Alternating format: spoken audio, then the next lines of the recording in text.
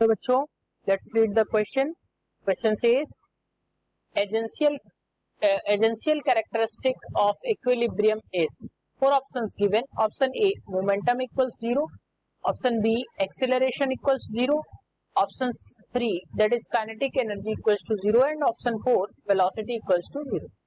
सो बच्चों यहाँ से अगर हम बात करें इक्विलिब्रियम को बनाए रखने के लिए जो एजेंशियल कैरेक्टरिस्टिक होगी वो कौन सी होगी, तो की कॉन्सेप्ट की हम बात करते हैं.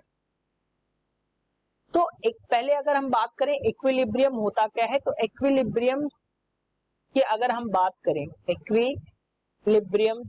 बात करें तो ध्यान रखिए कोई भी कंडीशन या कोई भी ऑब्जेक्ट जो है या तो मूव कर रहा है या रुका हुआ है तो तब तक वो अपनी पोजीशन में बना रहेगा जब तक कि उस पे लगने वाली जो बाहरी जितनी फोर्स है यानी एफ नेट की वैल्यू हमें क्या मिले, 0 मिले. उस पर कोई भी फोर्स जो है एक्ट ना करे या जो भी फोर्स एक्ट कर रही है उनका जो परिमाण है यानी रिजल्टेंट है वो हमें क्या मिले, 0 मिले.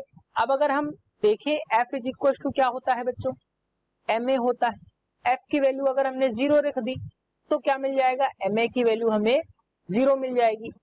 अब यहां से अगर हम देखें दो चीजें सामने आती हैं. ये तभी पॉसिबल है जब हम एम की वैल्यू 0 कंसीडर करें या हम ए की वैल्यू को 0 कंसीडर करें, ए यानी कि एक्सीलरेशन. अब बच्चों किसी भी ऑब्जेक्ट का मास जो है वो 0 हम कंसीडर नहीं कर सकते क्योंकि ये जो है ये इनिशियली होगा ही होगा, तो मास को हम 0 कंसीडर नहीं कर सकते. तो जो दूसरी वैल्यू बची वो बची ए. तो ए को हम अगर 0 मान ले तो कोई भी ऑब्जेक्ट जो है वो इक्विलिब्रियम में रहेगा, यानी कि जो एक्सीलरेशन है वो अगर 0 है, अगर मैं यहां से कहूं तो एक्सीलरेशन जो है वो 0 है तो ही वो ऑब्जेक्ट जो है वो इक्विलिब्रियम में रहेगा. सो ऑप्शन बी जो है ए यानी कि ऑप्शन 2 जो है यही इसका करेक्ट ऑप्शन होगा. बाकी सारी चीजें इससे रिलेट नहीं कर रही हैं, तो एक ही चीज रिलेट कर रही थी वो acceleration. So this is the correct option for this question. Hope you understood it well. Best of luck.